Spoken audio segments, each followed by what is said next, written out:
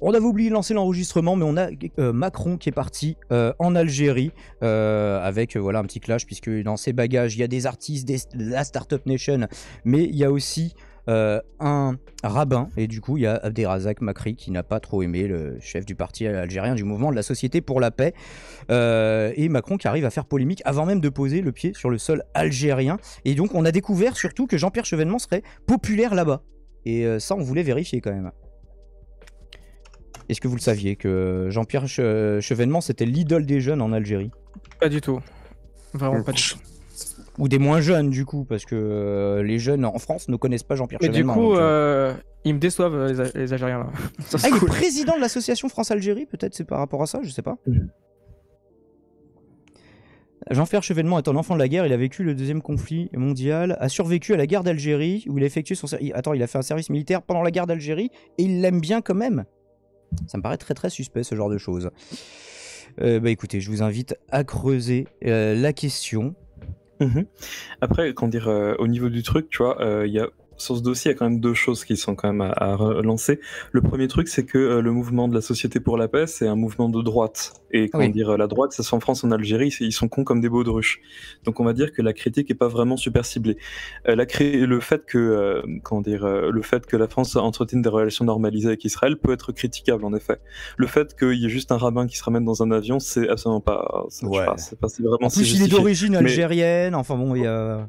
Non, voilà, bon, c'est la droite algérienne comme la droite française, c'est pas des lumières, quoi, on va le dire. Le deuxième truc, par contre, c'est qu'au niveau des relations diplomatiques, au fur et à mesure qu'on voit Macron faire, on voit vraiment que Macron a un esprit romantique, mais romantique au sens politique. Et le romantique, c'est vraiment le développement du nationalisme à foison, ses grandes références, et c'est vraiment la volonté de tracer une ligne claire entre son monde et le monde des autres. Ce qui est d'ailleurs intéressant, c'est qu'à chaque fois qu'il se ramène, il fait vraiment des camouflets diplomatiques. Pas qu'il a prévu de faire ça. On rappelait le truc du président burkinabé, on rappelait les quoi ça, on rappelait le président portugais, on va se mettre les concierges dans la poche. Enfin, et à chaque fois qu'il rencontre un chef d'État, il l'insulte. Hein.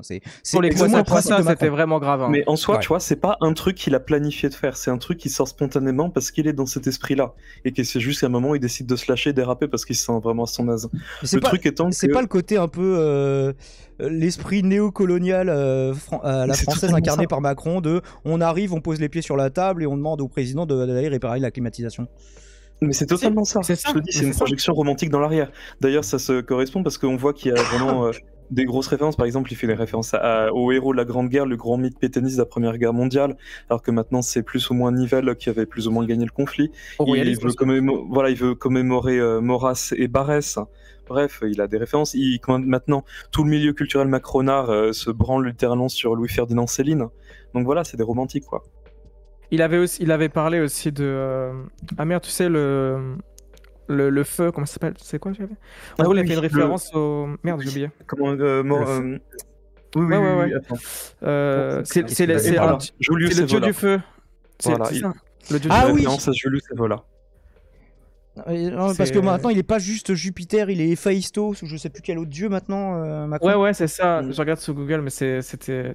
Bref, le mec se prend pas pour de la merde et effectivement, ça m'étonne pas qu'il aime bien humilier les autres, quoi, tu vois. Donc, ouais, c'est vraiment. Vulcain, voilà, c'est ça, Vulcain. Mais Vulcain, c'est plus, alors c'est la version romaine, Vulcain, c'est un dieu romain. Oui, exactement. Mythologie romaine, c'est dieu du feu. Et c'est quoi l'équivalent grec du coup? Je pourrais pas. Attends, je vais mettre. Si, obligé, vous pouvez trouver. Attends, je l'ai. C'est Héphaïstos. Mais j'avais pas dit Héphaïstos justement. Si, t'as dit, parce que moi je pensais que c'était juste le dieu de la planche, mais il a l'air d'être le dieu du feu aussi. C'est simplement que je connais tellement bien la mythologie grecque que j'ai spontanément traduit, vous comprenez, mais c'est pour ça. Mais c'était Vulcain. C'est vrai que ça rend mieux avec Vulcain. On a Macron avec nous aussi, qui est un peu sûr de lui.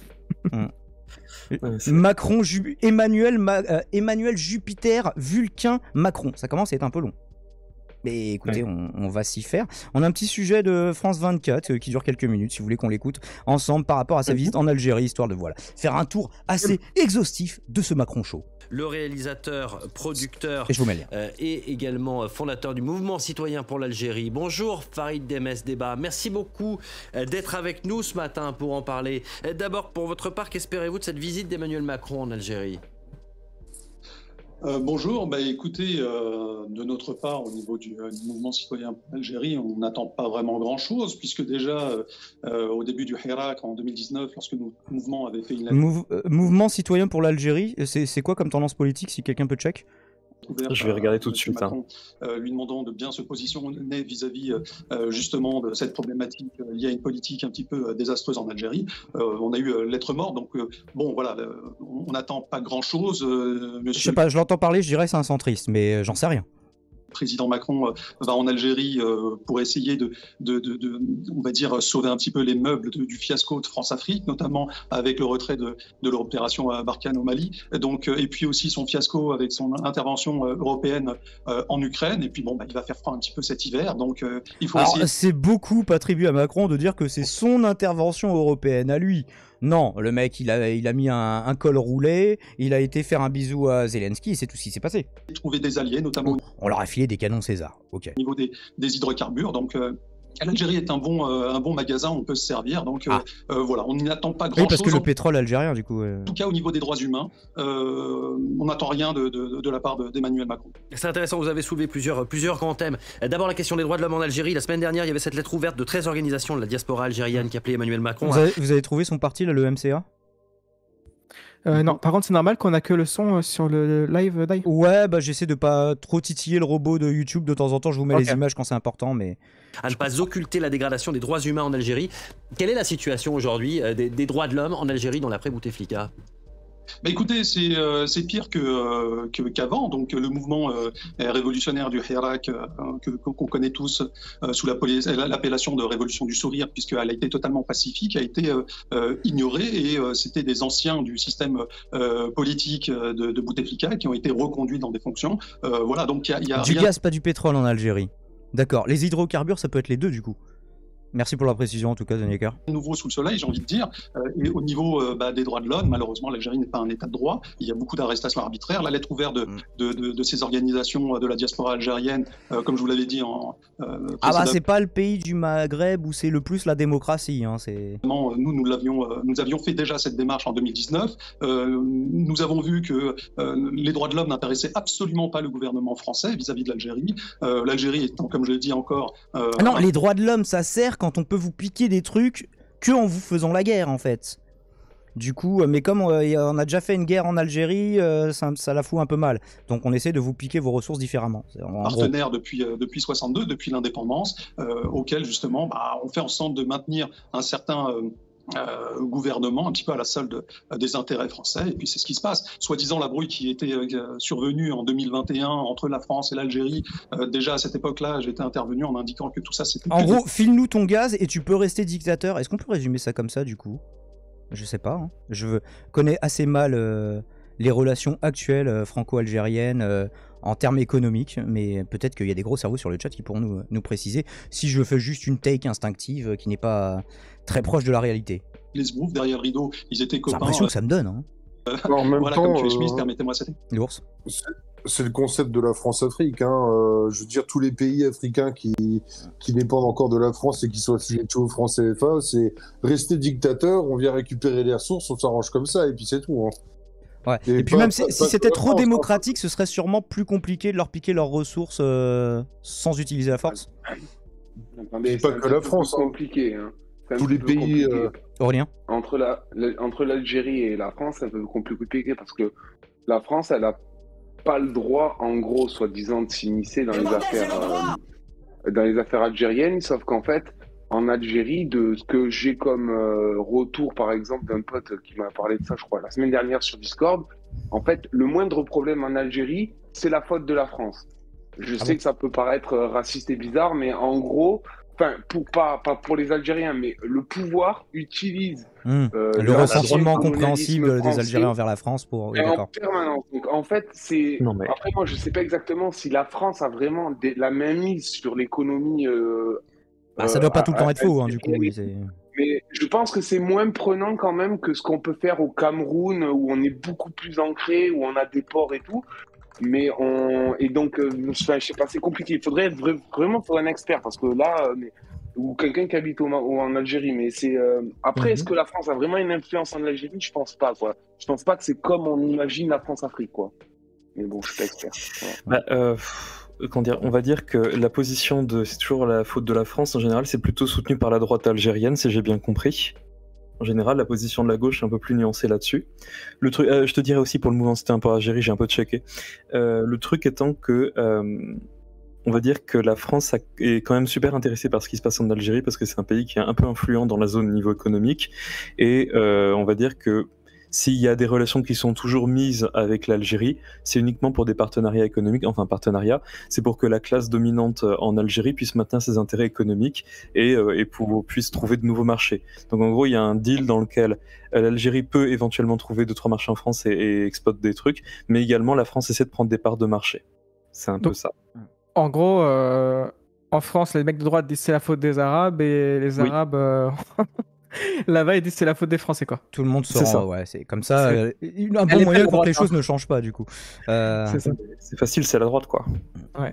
Mais il a l'air d'être plutôt de gauche, le mec qui a fondé le MCA. Oui. Du coup, je disais que c'était un centriste, mais en fait, non. Oui. Alors le type, c'est plutôt un bourgeois de gauche. Il fait partie de la bourgeoisie intellectuelle. À la base, ouais, ça fait partie de la grande bourgeoisie intellectuelle, mais par contre, c'est la bourgeoisie humaniste. Mais elle est un peu plus humaniste qu'en France, parce que la bourgeoisie humaniste de France, elle est un peu plus à droite quand même que chez nous. Tandis que la bourgeoisie humaniste en Algérie est quand même pas mal plus à gauche. Ils sont un peu plus basés que nous. D'accord. En 2019, il avait interpellé Macron, président de la République française, dans une lettre ouverte lui demandant explicitement de se prononcer sur l'Algérie. Nous ne pouvons qu'être manichéens. Soit vous vous positionnez en faveur du peuple et de sa révolution, soit vous restez fidèle à un système corrompu, illégitime et rejeté massivement par les Algériennes et les Algériens. Il ne s'agit nullement d'ingérence, mais d'un soutien sans faille au peuple algérien et sa volonté de construire une Algérie nouvelle, comprendre sans Bouteflika, libre et véritablement démocratique, une Algérie purgée des mafias et des corrompus qui ont saigné et mis à terre un grand peuple digne et courageux. Gageons qu'il ne se prononcera pas là-dessus, même en 2022. Il interroge dans ce même courrier sur une complicité éventuelle de la France dans les détournements de fonds publics algériens. Comment rester silencieux alors que des milliards d'euros provenant de fonds douteux ont été investis sur le territoire français et européen? Il est légitime de se poser des questions et le peuple algérien s'interroge sur la possible complicité de la France dans ces détournements. Ok, bah écoutez, nous verrons ce qu'il en ressortira du coup. Est-ce que vous pensez que le Zemmour algérien, c'est un Algérien d'origine française? Peut-être, c'est ça. Je m'y attendais pas. Ce serait marrant. Mais on pourrait les mettre en débat, tu vois, ce serait cool. Non mais déjà que le Zemmour québécois il fait super peur. Hein. Oui, c'est qui le Zemmour québécois? C'est putain, mais il est pire que enfin si on parle du même, il est pire que Zemmour quand même. Bah, gardez l'autre côté, on regardera après. C'est trash, hein, Dave, fais gaffe. Ah bon, c'est super trash par contre, fais gaffe, c'est de l'apologie du terrorisme. Hein. Ah d'accord. Il utilise le N-word, enfin tu sais. Ok, oui, bah donc on va éviter. Alors, je sais pas si c'est lui qu'on parle, mais enfin si tu parlais du même. Je vous propose d'avancer un petit peu dans ce sujet. Macron toujours, mais oui, le Macron chaud, ça ne peut pas se limiter à l'Algérie. Il faut avant de prendre l'avion, parce que vous savez, on vivait dans une société d'abondance, et maintenant c'est fini. Fin de la fête, là pour l'instant vous étiez bien, vous étiez zelé, vous étiez gelard. Là maintenant c'est fini, fin de la récréation. Macron vous explique que maintenant il va falloir serrer la ceinture. Vous avez déjà dû faire des nouveaux trous dans la ceinture. Eh bah je sais pas, mettez une ficelle, on s'en fout, trouvez un truc. Parce que ce que nous sommes en train de vivre est plutôt de l'ordre d'une grande bascule ou d'un grand bouleversement. Ah, il faut toujours un grand, tu vois. Avant. C'est pas juste une bascule, c'est une grande bascule. Et merci pour le follow, Sam Sayen. On va le mettre en 1,25 parce que Macron, c'est chiant quand même. D'abord parce que nous vivons, et cela pas simplement depuis cet été, ces dernières années, au fond, la fin de ce qui pouvait apparaître comme une abondance. Celle des liquidités... Mais qui l'appelait l'abondance, en fait? Sans coût. Et nous aurons... mais tu disais pas qu'il y avait pas d'argent magique, mais en fait, il y en avait finalement. Tirer les conséquences en termes de finances publiques, mais le monde se réorganise. Celle de la fin d'une abondance de produits, de technologies qui nous semblaient perpétuellement disponibles, nous l'avons vécu. C'est fini la technologie. Bah oui, il y a des approvisionnements de certains matériaux qui sont plus compliqués, mais... Pendant la période du Covid, nous le revivons ici avec encore plus de force. La rupture des chaînes de valeur, la rareté de tel ou tel matériau ou technologie réapparaît, la fin de l'abondance de terre ou de matière, et celle de l'eau également. Et là, nous aurons mais on s'en fout toujours du coup. Juste on constate et chez les pauvres, vous allez mourir de soif à un moment. Position à prendre pour tirer toutes les conséquences.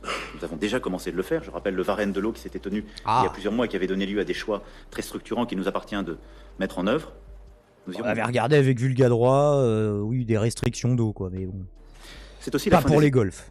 évidence. Quand on regarde à la fois la France, l'Europe et le cours du monde, la démocratie, les droits de l'homme, si d'aucuns pensaient que c'était la téléologie... La fin de l'abondance, c'est un gros mot, décroissance. Bah, en fait, la décroissance sous-tend qu'en fait, il n'y avait pas d'abondance tout court. Donc, c'est pour ça qu'il faut préserver les ressources qui sont disponibles et non pas les épuiser et après, on verra fuite en avant.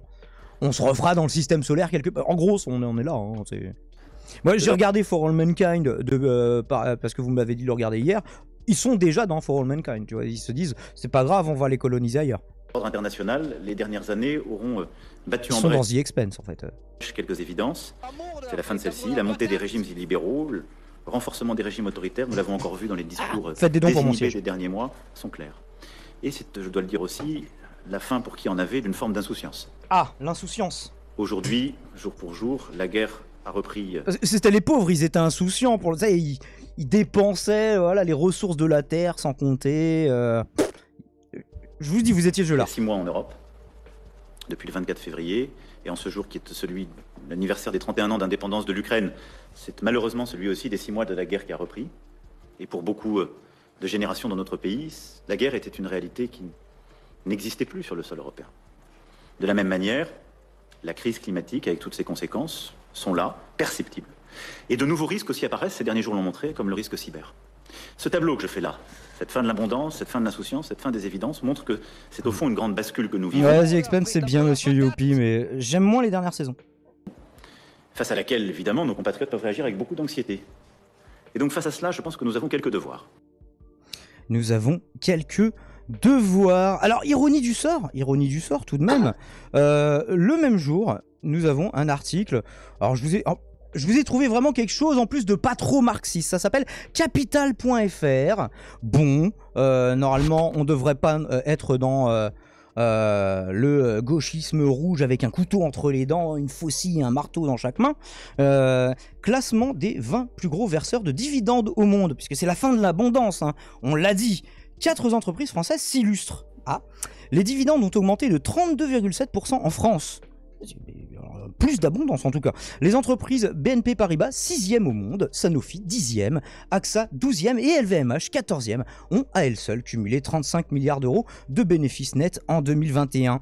Les grandes entreprises dans le monde entier, en particulier en France, ont continué de verser au cours du deuxième trimestre des dividendes à des niveaux records, redistribuant à leurs actionnaires les colossaux profits de l'année passée, selon une étude trimestrielle publiée mercredi. En France, un nouveau record en euros a même été battu pour un deuxième trimestre avec 44,3 milliards d'euros versés de dividendes, on rappelle, hein, selon les données collectées. Vos gueules, les parasites d'en bas, eux, le parasite d'en haut, c'est bien. 44 000. Mais je suis bien. Selon les données collectées par le gérant d'actifs Janus Anderson, dans le pays, les dividendes ont augmenté de 32,7% au deuxième trimestre, soit un rythme supérieur à la moyenne européenne, souligne Charles-Henri Herman, directeur du développement France et Benelux de Janus Anderson, cité dans le rapport. 4 entreprises françaises, donc on les a nommées, 35 milliards d'euros de bénéfices nets en 2021. Alors voilà, un chiffre un petit peu plus sympa, 554,8 milliards de dividendes. Alors j'imagine que c'est pour le global. Est-ce que c'est que pour un trimestre? On va voir. Cette étude est publiée alors que le gouvernement français, contrairement aux choix faits par d'autres pays, s'est montré défavorable à une taxe sur les bénéfices exceptionnels et grands. Bah pourquoi faire? Jamais taxer le capital, vous êtes des fous! Notamment dans le secteur de l'énergie. En revanche, converti en dollars, le montant des dividendes en France n'atteint pas de record du fait de la baisse de la monnaie européenne face à la devise américaine. Donc le taux de change est un petit peu... Il vient minorer quand même le truc. Tous les dividendes sont convertis en dollars dans l'étude pour pouvoir établir des comparaisons avec 544,8 milliards de dollars entre avril et juin versés dans le monde sous forme de dividendes. 544, on peut arrondir, 545 milliards. Heureusement qu'il n'y a plus d'abondance, quoi. Les 1200 entreprises étudiées, on se dit pas un moment, en fait il y aurait peut-être plus d'abondance s'il y avait plus de redistribution, pardon de dire des gros mots, redistribution, désolé. Je sais que, voilà, la lutte des classes horrible. Bon bah donc, non, laissons les sous-prolétaires crever le nez dans le ruisseau pendant que les mecs sniffent du caviar et mangent de la coke dans des jets privés. Ou l'inverse, comme ils veulent. Quand vous avez plein d'argent, vous pouvez faire les deux. Les 1200 entreprises étudiées par le gestionnaire d'actifs ont en moyenne distribué 11% d'argent de plus, l'argent magique qui n'existe pas, qu'au cours de la même période l'an passé. Il s'agit d'un nouveau record pour un deuxième trimestre avec un début d'année déjà faste. sans compter les effets de change et les versements extraordinaires. La progression atteint tout de même 19,1% sur le plan mondial. 94% des entreprises ont maintenu ou augmenté leurs versements au cours du deuxième trimestre. 94% des entreprises. On parle pas à la petite entrepreneur ou PME qui va couler au bout de 6 mois, tu vois, mais... Dans le top 10 des plus importants redistributeurs, outre BNP Paribas déjà cité, on retrouve le pétrolier brésilien Petrobras, la minière anglo-australienne Rio Tinto et le groupe allemand Mercedes-Benz. I want a Mercedes-Benz. Qui c'est qui chantait ça? Je me souviens plus, mais c'était bien. Mais aussi l'assureur allemand Allianz. La plupart des entreprises européennes n'effectuant qu'un seul versement par an. Le deuxième trimestre 2022 a marqué pour bon nombre d'entre elles le retour à des versements de dividendes normaux pour la première fois depuis 2019, rappelle le rapport. Petite baisse d'activité en 2020, et encore pas pour tout le monde, on l'a vu. Amazon, Nintendo, il y en a, ils se mettaient bien. Avec cette dynamique, Janus Anderson a encore révisé à la hausse les estimations pour l'année 2022, avec des dividendes qui devraient atteindre, selon lui, 1560 milliards de dollars. Ça va, c'est raisonnable. Une hausse de près de 6% par rapport à 2021. Mais la hausse risque de s'essouffler, j'en tremble d'avance, dans les prochains mois. Et on peut pas avoir une hausse qui s'accentue tout le temps. C'est dommage, ça. Ça n'existe pas mathématiquement. Oh, bref. La plupart des gains plus faciles ont... Je pense qu'il y a un problème. La plupart des gains faciles ont désormais été engrangés. Le rattrapage post-Covid-19 étant quasiment terminé, estime le responsable de l'équipe de Janus, machin truc. Dans cet article de Capital.fr que je vous remets, là aussi, il faut que j'arrête de ce truc-là. Nous sommes gouvernés par des satanistes qui nous le raquettent. Alors, il n'y a pas besoin d'être sataniste pour accaparer de l'argent, Barthiou. Donc, concentrons-nous sur les trucs réels et on verra les trucs surnaturels plus tard, si vous voulez bien. Mais est-ce que vous avez déjà des réactions par rapport à cet article de Capital où on nous signe la fin de l'abondance tandis que les groupes se gavent plus que jamais? C'est aberrant. Je peux t'envoyer... Reptilien sataniste gouverne le monde. Je peux t'envoyer deux tweets qui parlent de ce sujet-là, Dai? Oui, pourquoi pas. N'hésite pas, et après on entendra une autre réaction que la mienne et que la vôtre, et n'hésitez pas, c'est une radio libre, donc vous pouvez participer à tout moment, vous emparer du micro, monter à l'antenne, faire entendre votre voix et votre colère, légitime ou pas, ou même juste de la colère, voilà, parce qu'on est en colère, on n'est pas content, c'est comme ça. On n'est pas content là. Voilà, est-ce que tu m'as envoyé quelque chose du coup par peut-être par... Je suis en train de le faire parce que je suis avec mon téléphone, je vais le faire dans quelques secondes. Ok, pas de soucis. Il y a quand même un truc super intéressant dans cet article de Capital et dans le truc de Macron, c'est que le constat de Macron en soi, il est réel. On a des problèmes de ressources, on a un problème climatique, etc. N'importe qui peut faire ce constat. Le problème, c'est que, ce constat est en retard. Et deuxièmement, c'est la conclusion que tu vas faire. Le problème étant, nous savons très bien que Macron a encouragé la dynamique politique qui a conduit à ce constat et l'a aggravé. C'est la première raison pour laquelle on est vraiment super en colère. Deuxième raison pour laquelle on est super en colère, Macron ne va rien faire pour résoudre ça. Troisième raison pour laquelle on est super en colère, on sait que la classe bourgeoise va continuer de verser ses dividendes, se faire du fric, polluer la planète, faire toute la merde, etc., profiter de tous les avantages possibles. C'est leur mode de vie qui génère le plus d'émissions de gaz à effet de serre. Donc, donc de ce fait-là, puisque Macron a décidé de prendre le constat, c'est qu'il y a démarche. Donc la démarche est super claire, c'est nous allons assumer, enfin quand je dis nous, c'est la France, va assumer une politique ouvertement austéritaire. Et nous, la France, vous les pauvres, c'est ça qu'il nous dit. Ah mais c'est vraiment ça. En tout cas, on sent que le tournant austéritaire est clairement assumé, et le pire c'est que c'est même pas pris avec des pincettes comme ça a commencé en Grèce avant l'arrivée de Yiannopoulos, ou l'arrivée de Draghi en Italie, enfin le première arrivée de Draghi. Là on a vraiment dès le départ, pouf, tu vas morfler en fait. Parce que c'est comme ça. C'est comme ça qu'ils disent bonjour, généralement. C'est chaud. Je te les ai envoyés, Dai, si tu veux. J'ai montré. Bon, après, c'est plus le symbole, voilà. C'est le symbole sur son but. Mais il a même pas l'air d'avoir un maillot de bain qui vaut cher. Mais après, t'as les chiffres aussi au-dessus, sur ceux du dessus. Pour avoir un maillot de bain en or, quand même, au moins, le mec. Les deux autres, t'as les chiffres aussi, t'as le... Je sais pas si t'as vu les deux autres tweets qui sont au-dessus. Les tendances YouTube qui sont quand même... Voilà, pour une fois, on n'est pas sur des matchs de foot. Numéro 1, hashtag les traîtres. Numéro 2, hashtag abondance. Pourquoi hashtag Jean-Luc Delarue en 3 bon, on verra peut-être ça plus tard. Les traîtres, c'est quoi? Il y avait un documentaire... Dommage, c'est un jeu télé, visiblement. Bon, bah tant pis. Il y avait un docu sur Jean-Luc Delarue sur TF1 ce soir. On va faire comme si on l'avait pas vu. mais c'est quoi l'analyse d'après? Après, vous êtes jaloux de Macron. Exactement, voilà, c'est une chronique pour dire nous sommes jaloux de Macron. C'est ça le problème en fait. C'est on veut tous avoir des yachts crachés sur les pays où on est en déplacement et sur leur président. On veut tous dire les pauvres, va falloir vous serrer la ceinture pendant que nous, on continue de prendre des jets et qu'on continue d'émettre 90% du CO2 que des particuliers émettent en tout cas, sans parler des grandes industries, des grandes entreprises, on va continuer de tout assujettir à la notion de rentabilité au détriment du reste, au détriment du long terme, au détriment de votre survie, au détriment de la survie globale. Et quand je dis global, je parle du globe et donc je parle d'écologie. Oui, voilà. En fait, on peut résumer ça par on est jaloux. Très très bonne analyse. Barty Joule. Nous avons des gros cerveaux ce soir. Franchement, là, ça a l'air d'être. On est tous jaloux, on veut tous une femme qui a la tête d'E.T. avec un tailleur. Mais dès que quelqu'un critique, en fait, de toute façon, ça sert jamais à rien d'écouter des critiques. En fait, il faut dire, il critique, donc il est jaloux, donc je n'ai pas besoin d'écouter.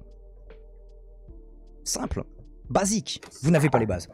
Bref, est-ce que vous aviez quelque chose à rajouter ou est-ce que je fais tout de suite plaisir à Aurélien? Allez, vas-y, passe à la suite. Vas-y, passe à la suite, ouais. Parce que nous avons une réaction du camarade Jean-Luc. Peut-être qu'on va être jaloux de Jean-Luc Mélenchon aussi, parce qu'il a fait un gros score. Les amis. Voilà. Ils reviennent, les amis. Juge ma vie à vous faire des streams. Quand vous êtes dans un pays où il y a 9 millions de pauvres et des centaines de milliers de gens qui sont confrontés à des problèmes pas possibles, Pourquoi il a de la beubare là? Il lui arrive quoi? Par exemple, les gens qui ont des maisons qui sont en train de se fissurer parce qu'elles étaient sur de l'argile. Alors, Jean-Luc, il va pas censurer. Par contre, c'est des images BFM, donc on va pas les montrer et on va mettre en 1.25. Entendre un truc pareil, c'est incroyable. Ils se rendent pas compte à quel point ça peut être blessant pour les gens.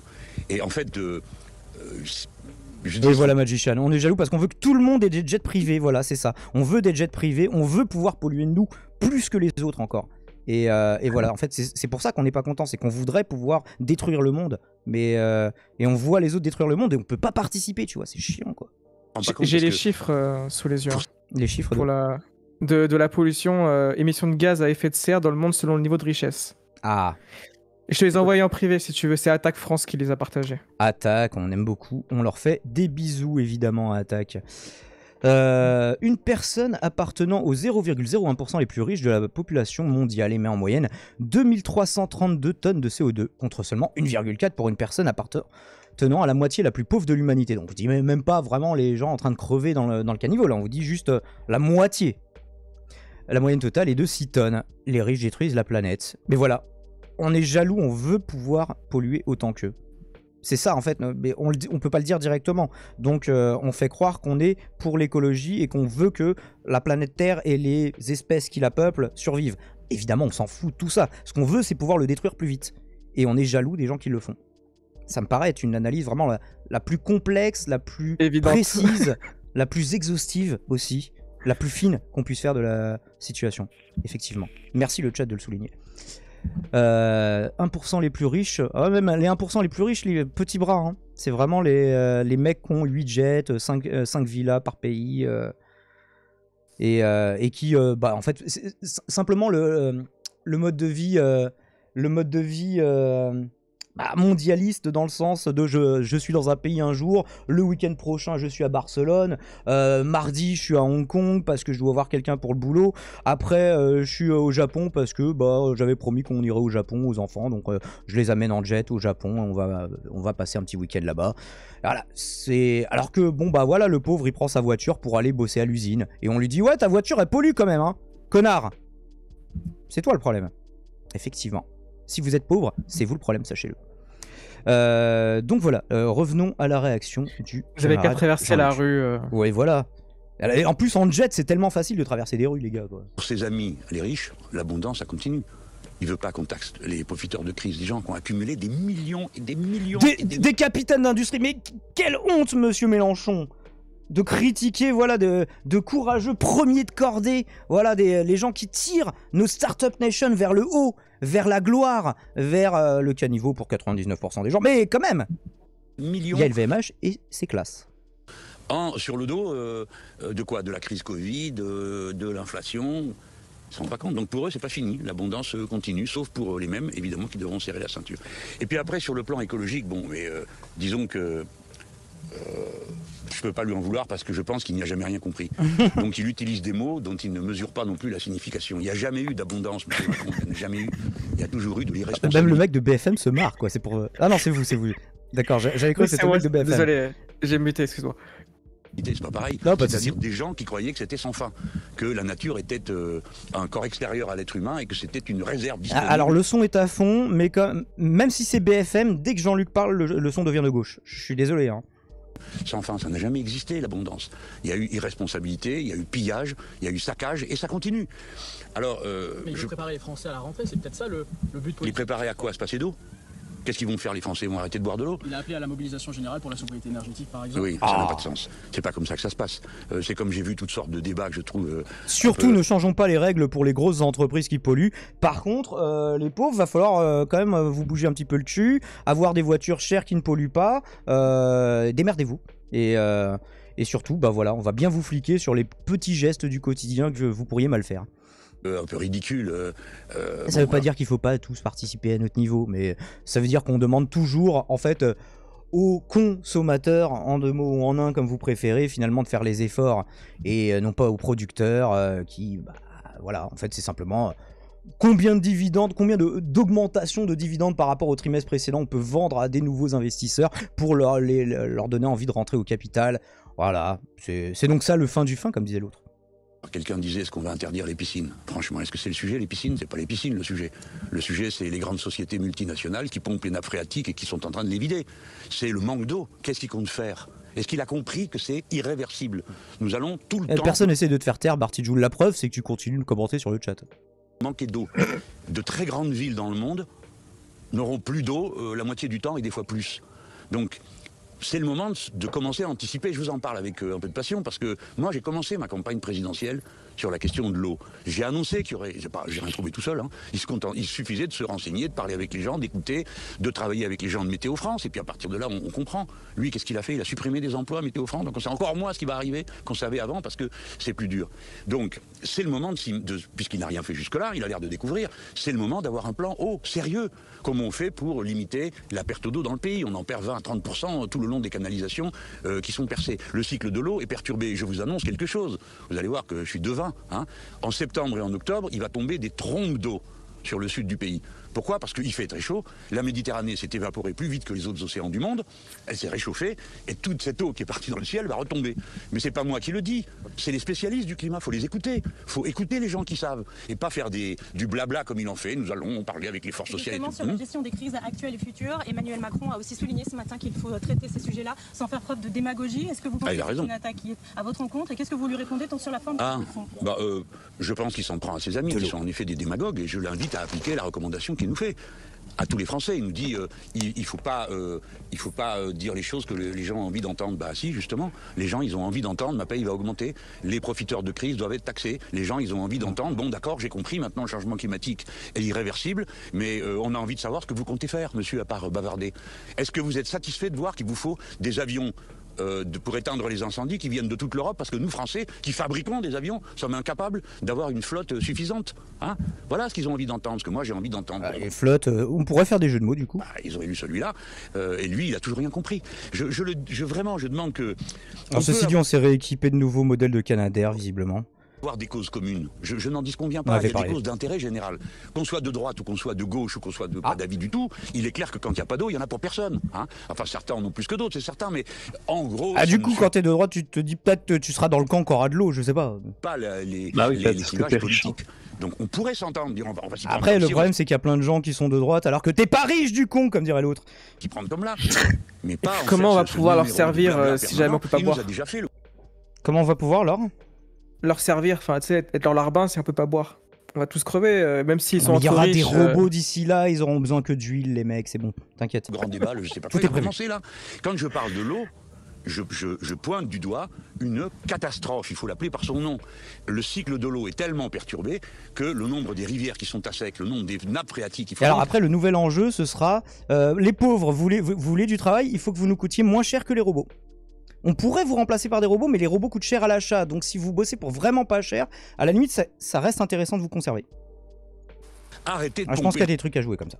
Dans les nappes phréatiques pour produire du Coca-Cola ou pour rincer les composants. Ça c'est sûr, il y a des pays où en fait trouver de l'eau c'est compliqué en fait parce que elle est accaparée, t'es obligé d'acheter de l'eau en bouteille ou du Coca-Cola, tu vois, c'est terrible. De la micro-informatique, il faut arrêter ça. Je crois qu'il y a des pays en Amérique centrale où Coca-Cola font du sale par rapport à ça. Le problème c'est ces captages qui sont en fait la confiscation d'un bien commun par les multinationales qui payent pas d'ailleurs. Est-ce que c'est le problème aussi les jets privés? Est-ce que vous trouvez démago cette proposition de Julien Bayou de bannir les jets privés? Non, je trouve que il a raison de procéder de cette manière-là parce que ça pointe du doigt un problème qui est en effet insupportable. Alors, est-ce que l'interdiction doit être absolue? Apparemment, ça pose des problèmes parce que dans certains cas, le jet privé permet de transporter certaines choses. Peu importe. Mais en attendant, ce qui n'est pas acceptable, c'est que tu pourras le restreindre vraiment au. Alors, si tant est qu'il y ait des situations vraiment où l'usage d'un jet est nécessaire, le réserver qu'à ces situations ultra nécessaires, hein, les voyages de plaisance à bord de ton jet,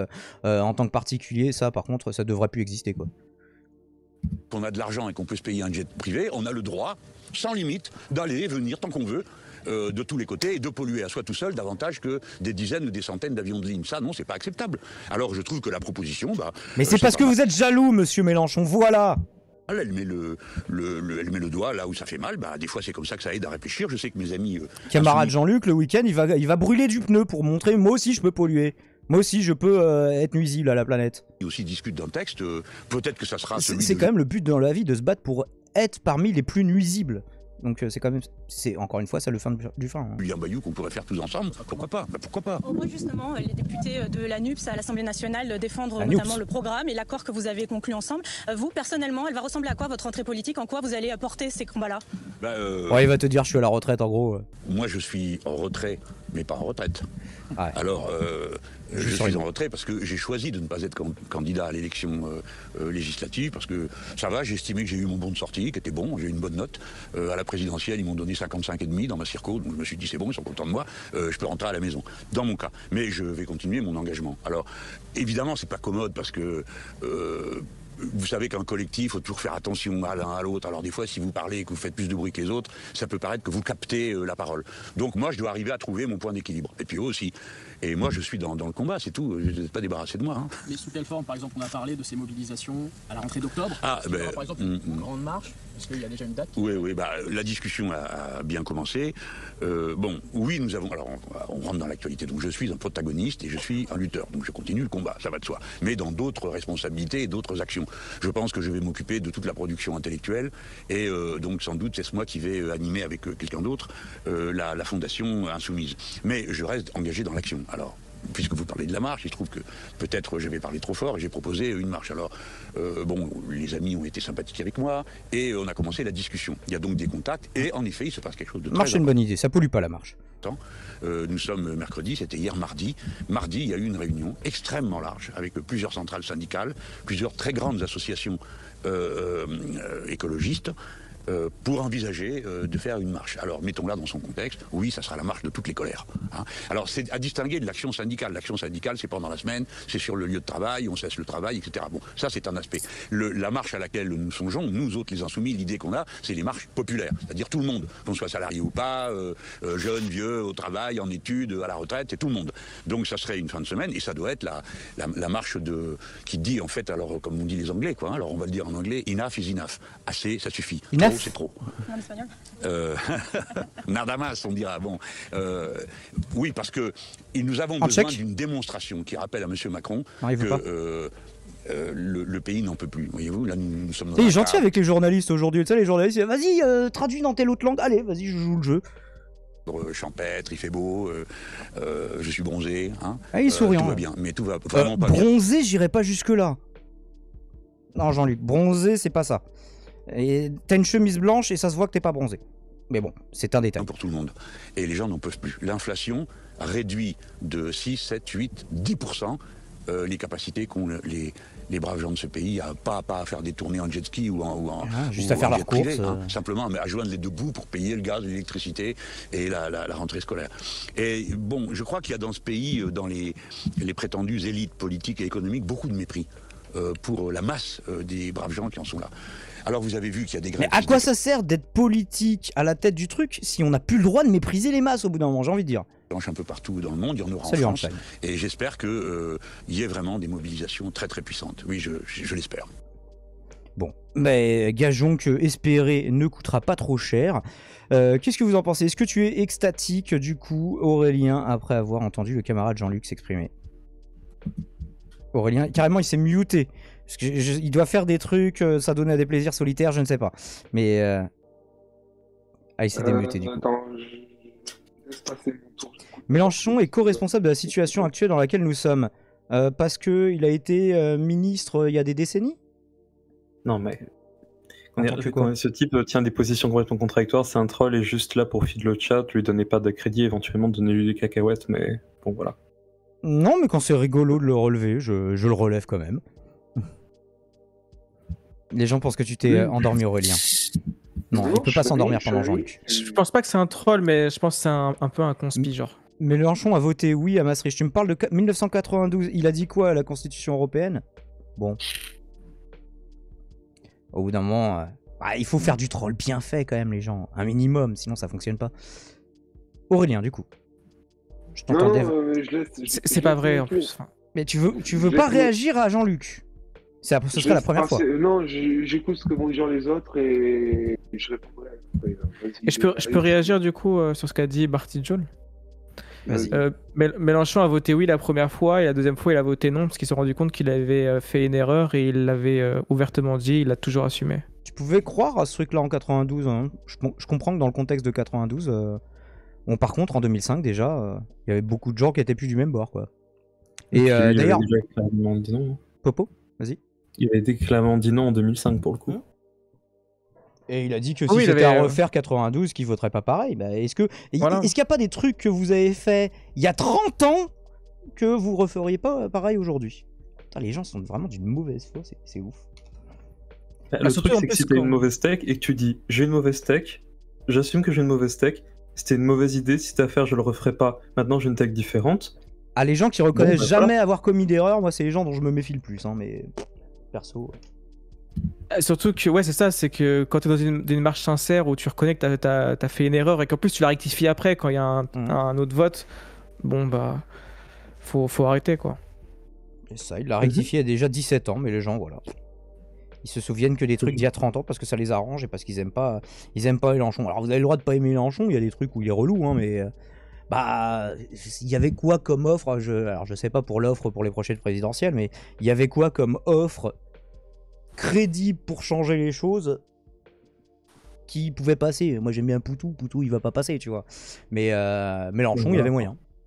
J'aimerais poser la question à Barty Joel, ce qui dit des années sénateur, vous espérez qu'une pourriture vous sauvera. Et du coup, bon, non seulement moi j'aime pas trop le terme sauver parce que c'est pas ma vision de la politique. Parce que nous, en fait, on n'est pas des droitards, donc on n'attend pas l'homme providentiel. On attend les idées les moins en désaccord de ceux en quoi on croit.